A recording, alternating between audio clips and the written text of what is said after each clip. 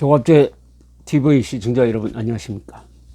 펜스 미국 부통령은 귀국해서 트럼프 대통령과 안보 보좌관 또는 국무장관, 국방장관에게 그가 이번에 한국을 방문해서 보고 겪은 것을 자세히 설명할 것이라고 생각을 합니다.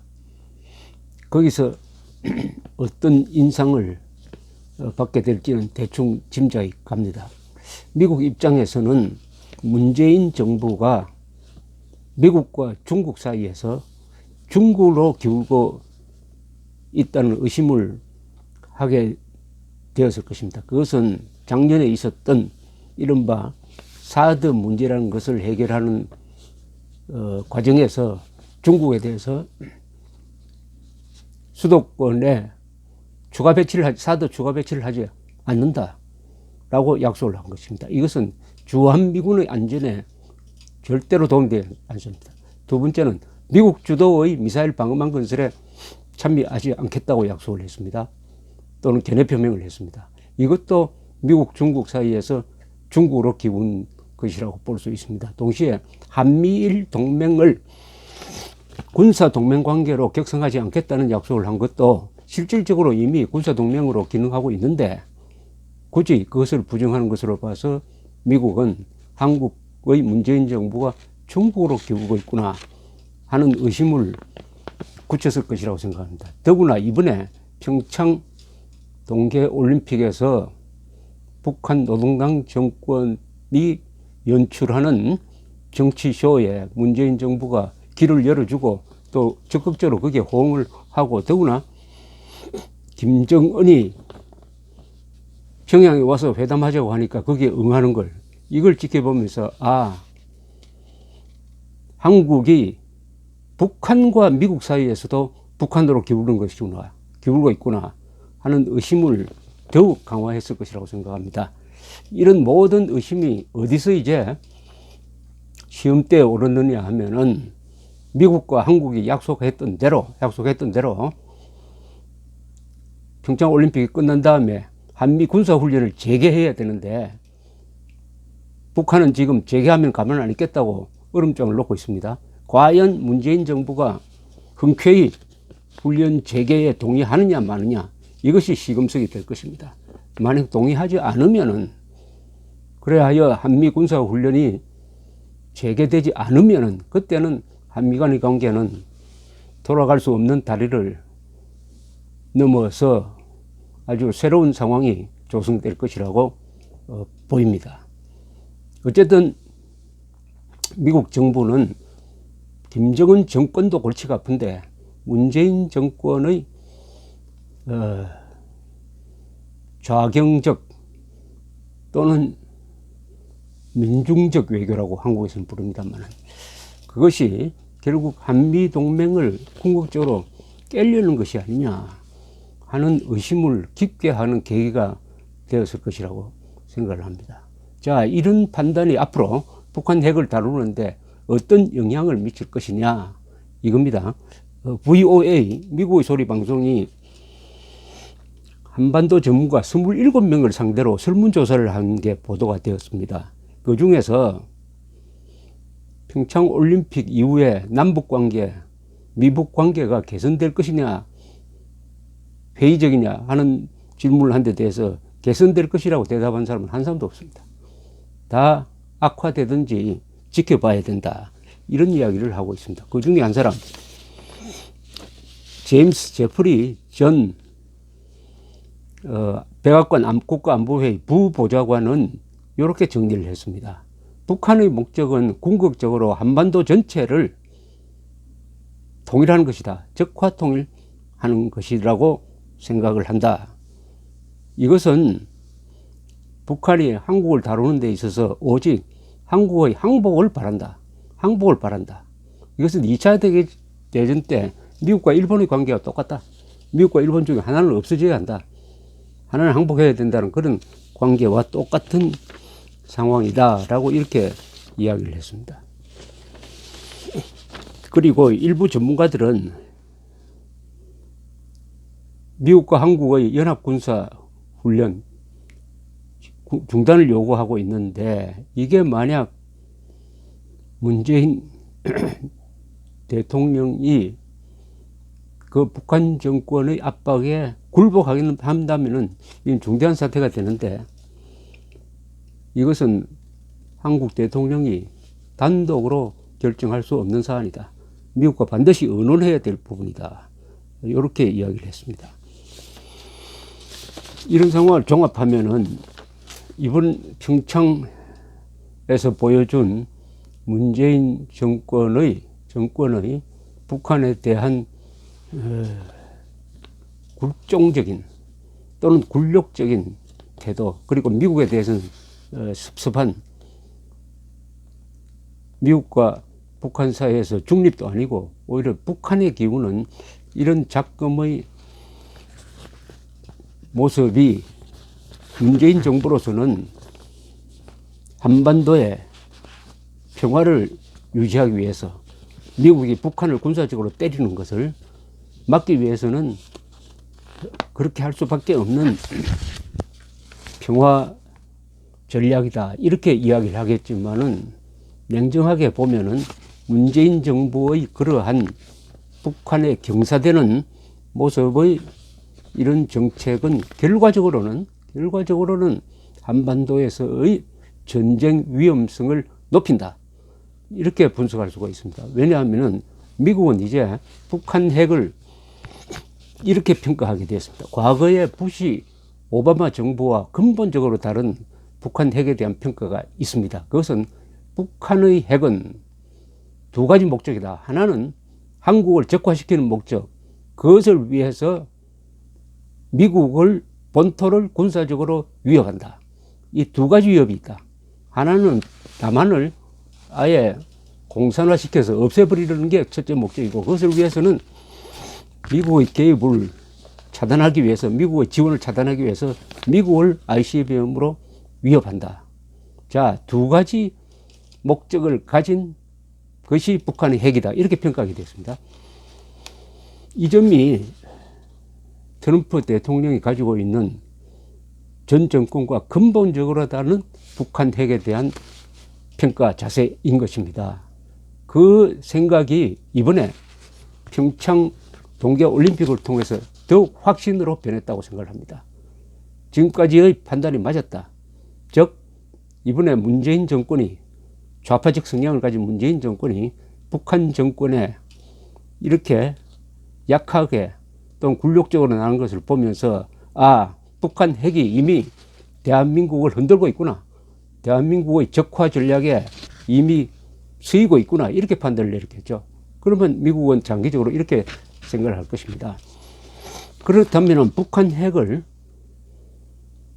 그대로 두어가지고 대한민국이 인질이 되어가지고 세계 7대 경제 강국에 속한 한국이 중국, 북한 쪽으로 넘어가서 동북아시아에서 미국의 가장 중요한 교두보 하나가 무너지는 것을 감수할 수 있느냐? 아니면은 더욱더 북한 핵을 제거할 수밖에 없다는 결론에 도달할 것이냐, 이겁니다. 결론은 자명하죠. 한국을 놓칠 수가 없다. 세계 5대 공업국을 어떻게 중국이나 북한 쪽에 넘겨줄 수 있겠습니까? 그렇게 했을 때 동북아시아에서 미국의 입지는 결정적으로 약화되는 것이죠. 만약 그렇게 된다면은, 그러니까 트럼프가 북한 핵을 잘못 다뤄가지고 북한 핵을 가지고 북한이 한국을 중립화시키고 무력화시키고 최종적으로는 먹어버릴 수 있는 길로 나아가는 것을 만약 일본이 지켜보면 어떻게 되겠습니까? 일본은, 아, 미국을 믿을 수 없다, 우리는 독자적 핵무장을 해야 된다, 이렇게 나아갈 것입니다.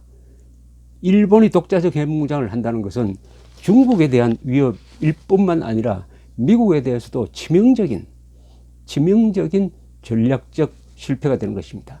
즉, 일본이 핵무장하는 순간 미국의 지도력은 동북아시아에서 태평양 지역에서 결정적으로 약화됩니다. 이런 고민 속에서 이제